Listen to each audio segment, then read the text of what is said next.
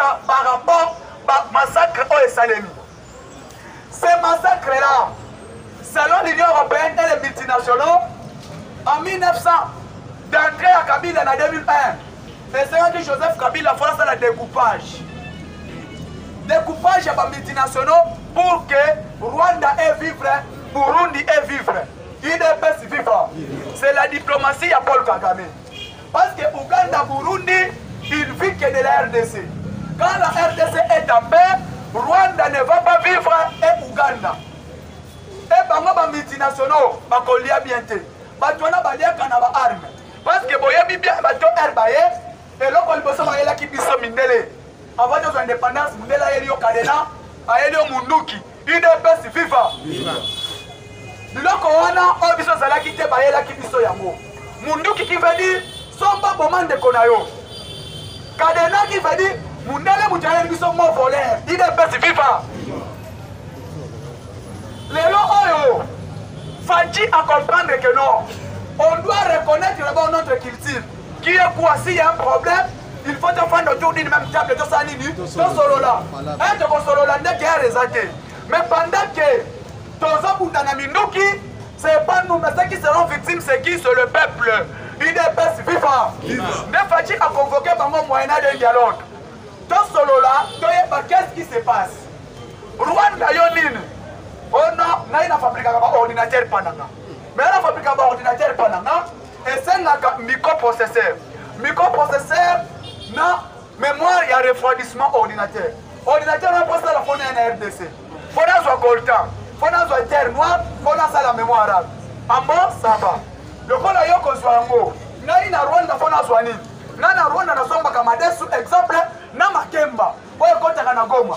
Yo ozui oyo, na nazui oyo. Oba beni commerce troc. Échange produit en produit. UDPS viva. Bon, le col de Kozwawana. Quand on a la tête qui donne c'est $1000. Naï Madesu na Zwakapana yo. 100 kilos, voya autant. Ça va. Oria yo tinda kambongo. Yo kotinda naï na koyoko pesa yo. Yo pe naï na koyoko salini. Na koyoko zwa oyo lini. Voilà un dialogue au Fachi à conseil. Yo be télé maboko. C'est le sens du dialogue qui est africain. Mais le col a que Mundele. Alingi que les multinationaux européens, alingi que tous en empêté. Il faut tous en tribalisme entre les nations pour développer. Aujourd'hui, ils parlent que l'Afrique ici c'est la meilleure nation de l'Afrique. Non, les meilleures nations de l'Afrique c'est la RDC. UDPS viva. Mais pourquoi la RDC est zone inassima? Parce que ceux qui dirigent le Congo, parce qu'ils sont inconscients. Premièrement, Mobutu. Maman Mobutu n'a pas été baïté. Tu as maman Mobutu a été en 1922, Mobutu a été en 1928. 30 ans.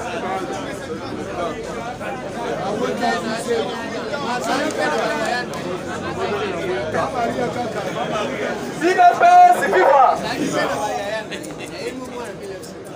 UDPS vivant.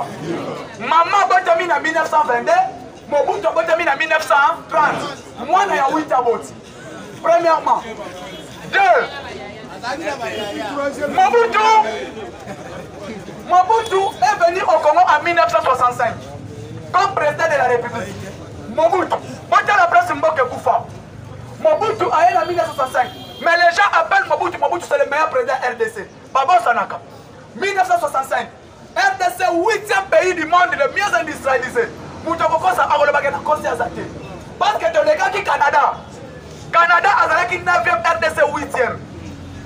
Lelo Oyo, départ à Mobutu en 97, avec plus de 4000 entreprises industrielles au Belgique en RDC. En 65, Tozalaki n'a plus ou moins 15 avions de luxe dans RDC. Tozalaki n'a plus de 47 bateaux. Yakitoko, les bateaux Yakitoko. On a tra abanaki ko gérer. Mais Mobutu est accueilli en 97. Atika ki Congo nani? Atika Congo nani?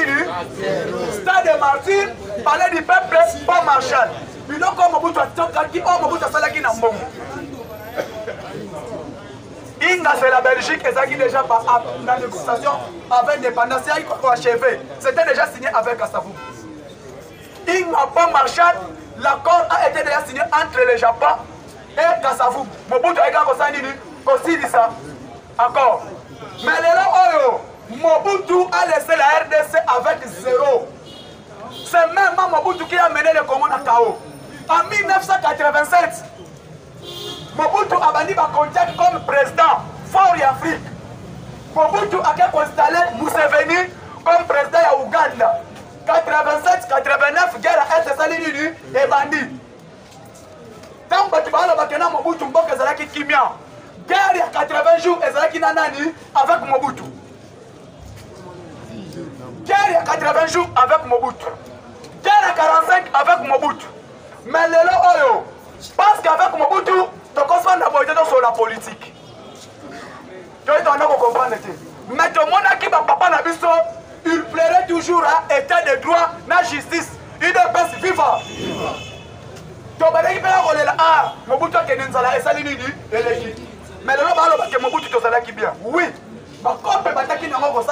L'argent circulait. Parce que Mobutu a 1 million de Zaïre. 1 million de nouveaux Zaïre. Donc comment il va millionnaire dans Mobutu? Un millionnaire, Yamaloba. Aujourd'hui, Fachi est venu. Premièrement, d'abord, on ne développe pas un pays si politique est malamouté. Sur le plan politique, moi, quand on est stable politiquement. Politiquement, on va stabilité, il y a sécurité, il y a peuple. Avec Fachi, la sécurité est là. Il y a majorité. On ne développe pas un pays avec la guerre.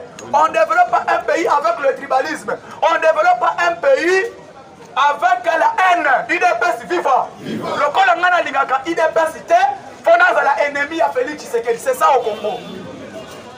Le colonel Lingaka Mouloubate n'a pas combattre Félix Tshisekedi. Non.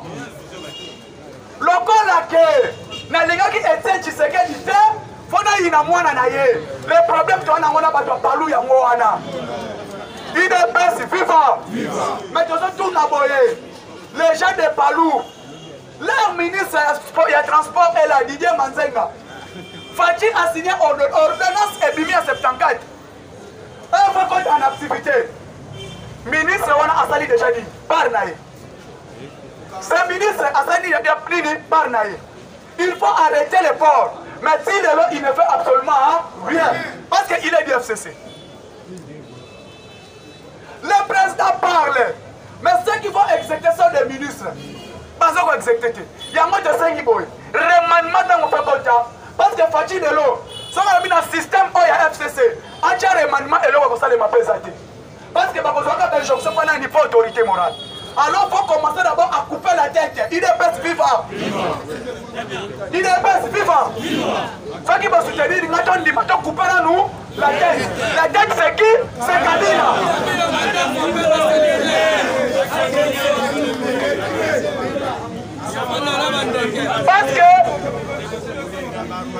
Parce que nous tous ceux qui sont Kopola, c'est dans mon il faut commencer par couper la tête. La tête c'est le système Kabila.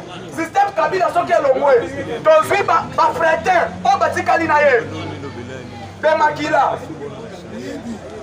Kabila a tué ce pays en complicité avec les Congolais eux-mêmes. On va travailler là. Jean-Lissé Mbouissa. Commerce extérieur à Bomi OCCR. Par une meilleure entreprise à Bomi Amo. Rugwiza. Au kilo à Kabila. À Bomi DGDA. À Koufa. DGDA est commis par terre. Mbango à DGDA, il y a un foot à Basoda au Rwanda. Rugwiza Rwandais. Papa et moi c'est Joseph Kabila. Il a 3 enfants avec moi sur Wana. Mais Babimi ça Olive. Olive aussi n'est pas congolais. Ceux qui Olive est congolais, mais la maman va congolais n'a pas congolais.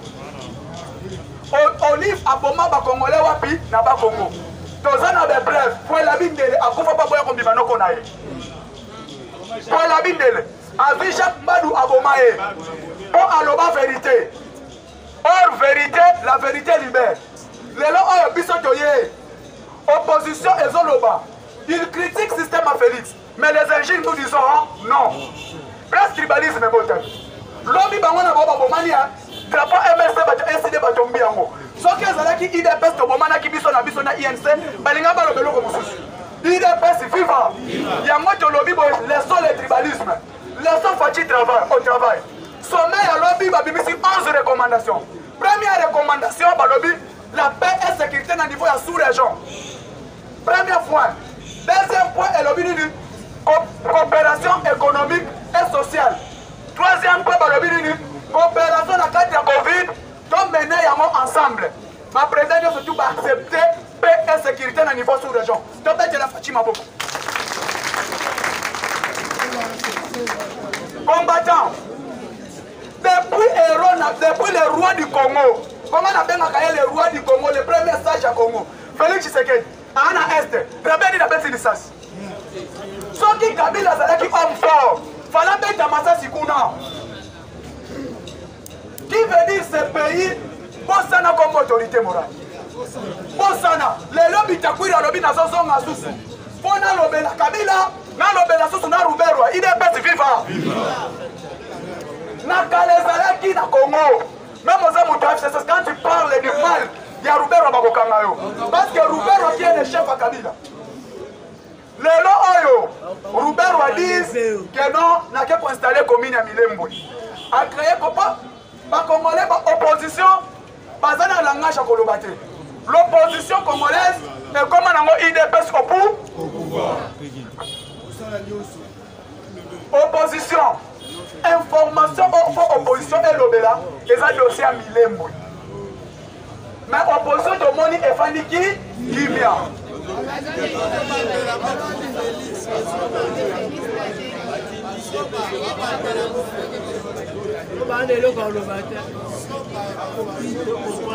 IDPS vivant.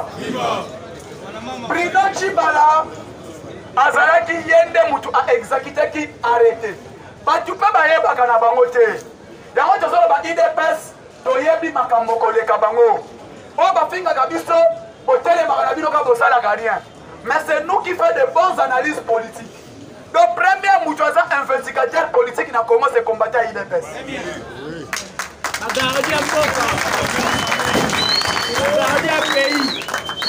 Premier investigateur, il y a beaucoup de combattre à l'IDPS. Il y a une différence entre arrêté et ordonnance. L'IDPS vivant. Il y a une différence entre arrêté et ordonnance. Il y a une différence entre émolument dans la liste civile. Arrêté est signé par les ministres. Arrêté est signé par les bourgmestres. Mais ordonnance est signée par les chefs. Oyo Chibala, Oyo Mbaka installé les Milebwe. Babengi Angonini. Même si tu vas combattre, Babengi arrêté. Signé par qui? Par Bruno Chibala. Et contre-signé par Arima Vasakan. Il est pas vivant. Si on fait plus, on a compris les Bibindengeni. Pas créer commune Wana. Pas créer commune Wana s'il vous plaît, combattre Yokana. En 2015. En 2015, Bazui Chibala Aye, en 2017, Chibala Aye a coûté arrêté. Kabila Benga Chibala par force. Namo Vasakani, pour officialiser arrêté Oyo. Pour officialiser arrêté Wana. Sous l'impression du ministre d'État à décentralisation qui est qui en Zaria c'est Roubero. Donc il veut dire, au moins il peut être Roubero peut être dirigé Congo.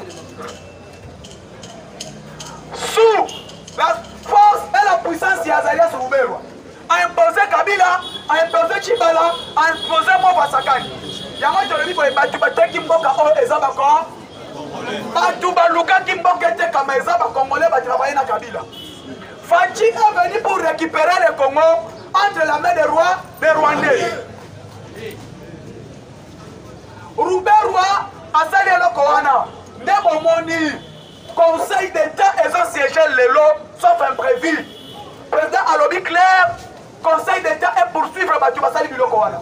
Même qui Mike Hammer, ambassadeur américain, Alobi Ngai Nayebaki Nangama Kamboanate, Nabandaki Kolega Nangai Namoni Batubasangani Bakongolais, Nakeko Tala Badosala, Nini, Makambo ya Milembo Ngai américain Nazakunate, le président Alobi Boye, n'a accepté qu'à jamais elle ne connaît ça les mains. Alors, Conseil d'État, ils ont siégé pour arrêter Wana. Il est fait vivant.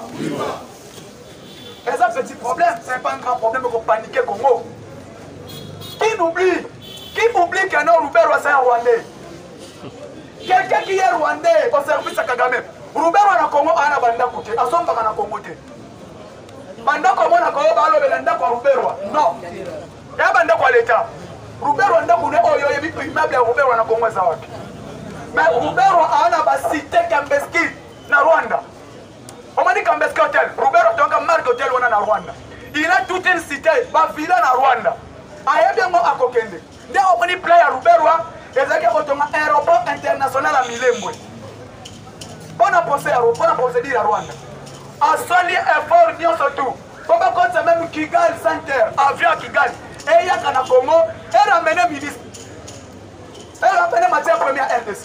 Il y a un autre Congolais. Il faut que tous la unis d'abord. Edmond, tout l'ingana en Bokanabiso. Tout l'ingana, tout l'ingana. Pour te développer un peu. Parce que le premier développement du Congo, il y a un pays. Il y a un changement structurel. Deuxièmement, c'est la justice. Troisièmement, c'est l'état de droit. Il est best vivant. Mais là, on a Kabila, c'est anarchie. Anarchie. On a dit normalité et comment qui est normal dans Kabila. Kabila a éliminé son corona. Kabila a éliminé son corps et côté comme spaghetti. Kabila a éliminé son corps et comme ouvrir par Congolais. A éliminé son winner, a éliminé son pari. Mais les gens, Fati a levé pas question de l'Okwana. Abomi bango alobi nini si Yesu akoya minembo kotikala mabele ya bako ya bakongole.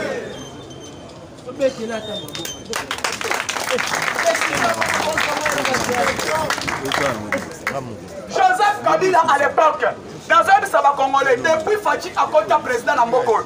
Mboka ni yoka et le boulot ba congolais. Na Brazzaville ba comment discipliner. Parce que le président congolais est là. Depuis Fati est au pouvoir. Nangolo yoka ke mapping ya Congo babomi ba congolais na Angola. Non. Parce que qui sont vidéo moko boye, parce que si congolais moko boye ba yo bete na Angola. Il n'est pas congolais. C'est ça qui est en Mauritanie. Il est pas vivant. Tout ceci c'est FCC. Pendant nini ba congolais ba ina président Félix. Parce que tribalisme est là FCC. FCC bazawana. Ba créer ka eloko, ba créer ba communicateur na bango. Ba créer formation ba baloli en laboratoire. To bua kango, to distraire ba congolais. Pour distraire les peuples congolais. C'est ça FCC. Les lois, on a FCC, qui est le communicateur, qui est le président du FCC. Au Koyo Kaboye, Moïka Sajalioki à l'équipe Alobi Moussoba. Et concerné Nani Toyebite. Or, la FCC, tout le monde a monté, tout le monde a gagné Joseph Kabila. C'est lui l'autorité morale. Aujourd'hui, 18 heures à Kabila Namboko. Nzela Makale Salemati. 18 heures à Kabila Hall. Nzela Mwande Salemate. 18 heures à Kabila Hall. Nzela Chele Salemate. 18 heures à Kabila Hall. Ute Kisangani Salemate. 18 heures à Kabila. Nzela Kikuti Amwana et Salemate. Aujourd'hui, avec Fati Beton, une année et demie. Tout est réalisé. Je vais te dire Maboko. Tout est réalisé. Les lois, des routes et des centres agricoles. Fati no Salayamo. Pour intérêt au peuple congolais. Non pour intérêt à Balouba. Mais les gens viennent pour voir où on est à Balouba. Nous allons moins des ans en Boka Balouba. Nous allons venir qui coûte des ans en Boka Balouba. Congolais. Tout ceci, distraction. Fati a lobby clair. Maman Denis a gagné à Mwanda. Depuis Fati a comme président, c'est comme Mouchimaï. Non. Même merci. Elle a qu'à ça pour monter. Mais les lots, 18 ans, Mouchimaï, na Molini, Bakongo, na Mwanda, Bachekou, Maman Denis a gagné à cabine, un transformateur a gagné à Mwanda. Des transformateurs, il y a plus de 1000 mégawatts, plus 4000 mètres cubes, il y a un câble et un courant. Ni des aïachans à Mouchimaï. Ce qui est Kabila, au pouvoir, il y a un S.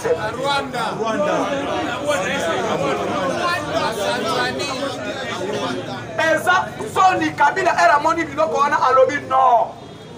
J'ai été mal entouré. Dès au bon chef de l'État, à lobby, n'a pas d'amona Mouchimaï et Goyasima. Combattant tous à la mobiliser. Tolinga parti Nabiso. Parce que l'autorité morale Nabiso, il travaille très bien. Merci à Congolais surtout, pour que vous confiance. Merci de soutenir le chef de l'État. Donc, quand on a vision, donc quand on a vision parti IDPS, de respecter ma norme, de respecter l'état de droit, on n'a pas qu'à égayer les bossos. Parce que ce problème, on a continué à plus 243 89 86 52 097. Plus 243 89 86 52 097. Je vous remercie.